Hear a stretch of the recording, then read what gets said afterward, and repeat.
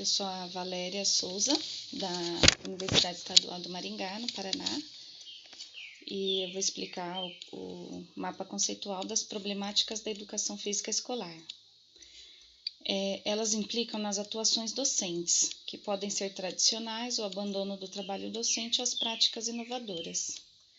As práticas tradicionais, elas se representam pelo modelo esportivista que imperou nas décadas de 70, 80 e 90 e sofreu influência do esporte. Elas se configuram em aulas-treino, onde os mais habilidosos dominam e os menos habilidosos se excluem.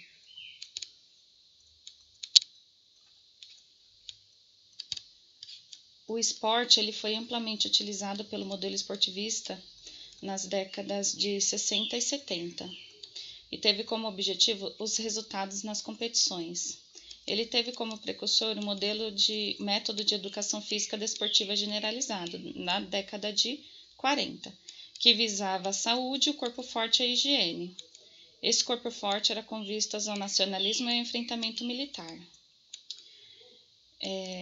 Esses resultados em competições eram através do rendimento máximo e os esportes mais praticados eram do quarteto fantástico: futebol, voleibol, basquetebol e handebol, resultando em privilégio dos mais habilidosos e exclusão dos menos habilidosos.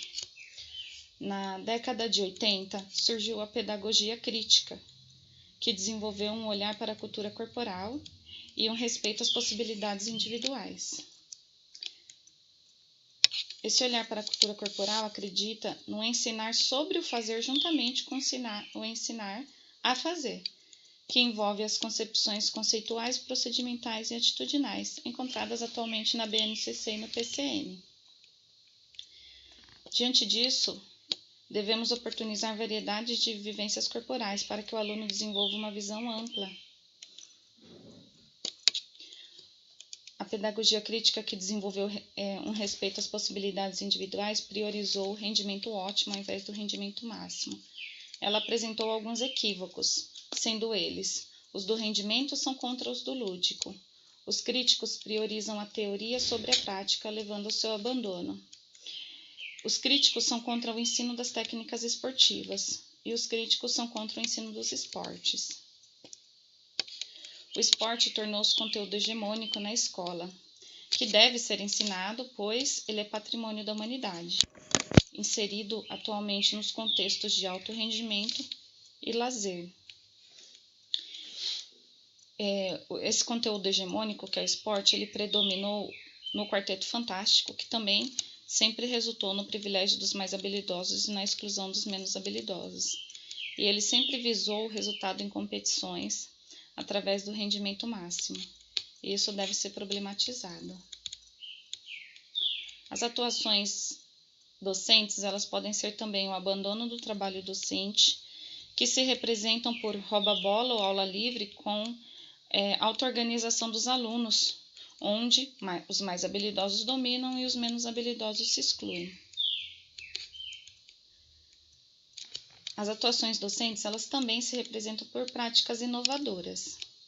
Essas práticas inovadoras, elas propõem aberturas a novas possibilidades pedagógicas, ensinando conteúdos específicos, promovendo a tematização e desnaturalização, aliando teoria e prática, e evidenciando a pluralidade de sentidos e significados. Essas práticas inovadoras devem fazer parte do projeto escolar. Elas podem ser analisadas a partir de 4 dimensões, sendo elas as condições objetivas do trabalho, que são remuneração, tempo para planejar, formação contínua, estabilidade laboral, número de escolas na jornada, quantidade de alunos, infraestrutura e material didático. Elas também podem ser a cultura escolar, a invisibilidade da educação física dentro da escola, o abandono docente e a hierarquia da mesma na escola. Elas também podem ser as disposições sociais do professor.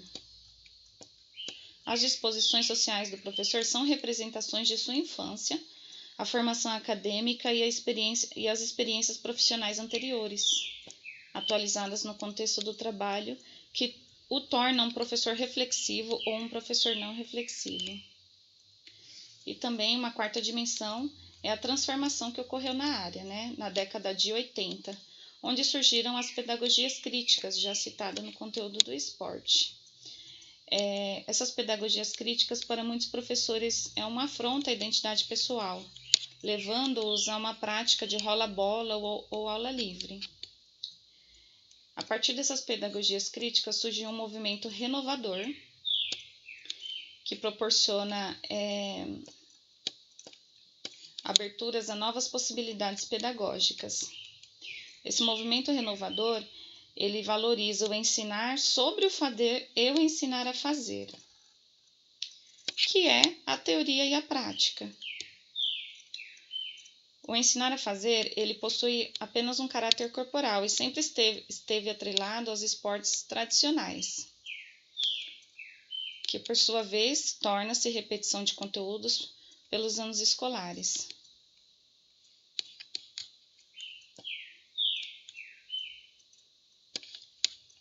Ocasionando muitas vezes o afastamento e a indisciplina do aluno.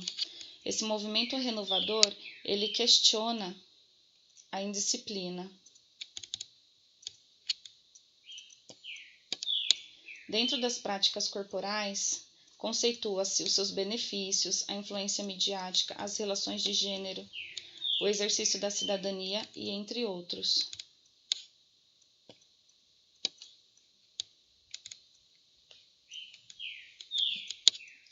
Este afastamento do aluno, ele pode causar o não comparecimento na escola e ele também pode causar um insucesso e a exclusão por parte dos menos habilidosos e das meninas, gerado por vergonha e também pela influência das questões de gênero. A indisciplina gerada, ocorre agitação excessiva por parte dos alunos, eles não respeitam as regras, eles ficam de conversas paralelas, eles não respeitam as pessoas, sendo gerado por falta de conhecimento ou desobediência insolente. A escola responsabiliza a família e vice-versa, porém o esforço deve ser cooperativo para enfrentar as crises de valores da contemporaneidade, pois atualmente existem carência de referências sociais positivas. As problemáticas da educação física, elas foram influenciadas também pelos aspectos legais, onde a LDB de 1961 defende a aptidão física e o rendimento.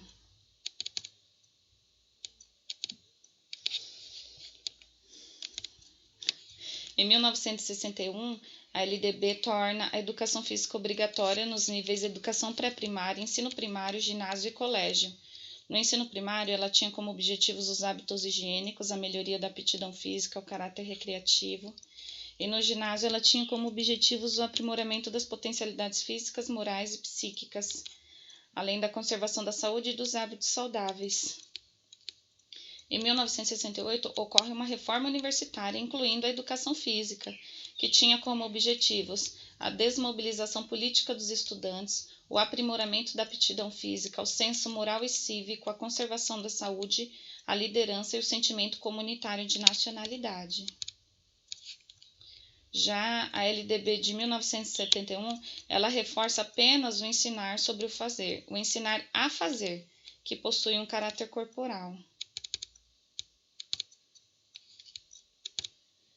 A LDB de 1971, ela torna a educação física obrigatória em todos os níveis, porém é facultativa a quem tem uma jornada de trabalho acima de 6 horas, tem idade superior a 30 anos, a quem estiver prestando serviço militar e quem for fisicamente incapacitado. Essa facultatividade traz a ideia de lógica de mercado capitalista, onde a manutenção da capacidade física é responsabilidade do mercado de trabalho, sendo que o termo facultativo representa um retrocesso, pois ele preserva o caráter prático, que é uma concepção biologicista. Em 1971, após a LDB, foi promulgado o Decreto 69.450, que categoriza a educação física como atividade, que se reflete num fazer prático sem reflexão teórica. Alguns anos depois, o Decreto 6503 de 77 torna a educação física facultativa ao aluno de pós-graduação.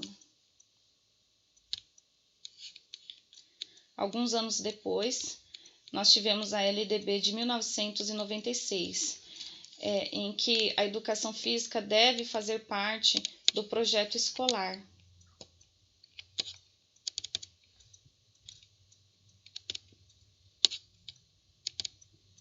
A LDB de 1996, ela torna a educação física excluída do ensino superior, ela torna facultativa no período noturno e torna a educação física um componente curricular da educação básica, que deve ajustar-se às condições da população, ajustar-se às faixas etárias, integrar-se ao PPP. Porém, ela não contempla a EJA e ela pode ser ministrada por professor de magistério. Em 2001, ocorre a inclusão do termo obrigatório na lei. E ela é retificada pela Lei 10.793 de 2003, onde ocorreu a retirada do termo facultativo para o noturno, apenas para o noturno.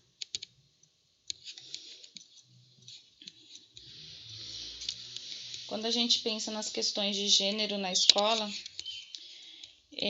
ele tem um papel, de promover a perda da identidade para ocorrer o questionamento e a sua recuperação posterior de forma livre e consciente. O gênero são as construções socioculturais, podendo ser masculino e feminino. Ele é diferente de orientação sexual, pois esta se representa por crenças, comportamentos, relações e identidades. E o gênero é diferente de sexo, que são características anatômicas, sendo homem e mulher.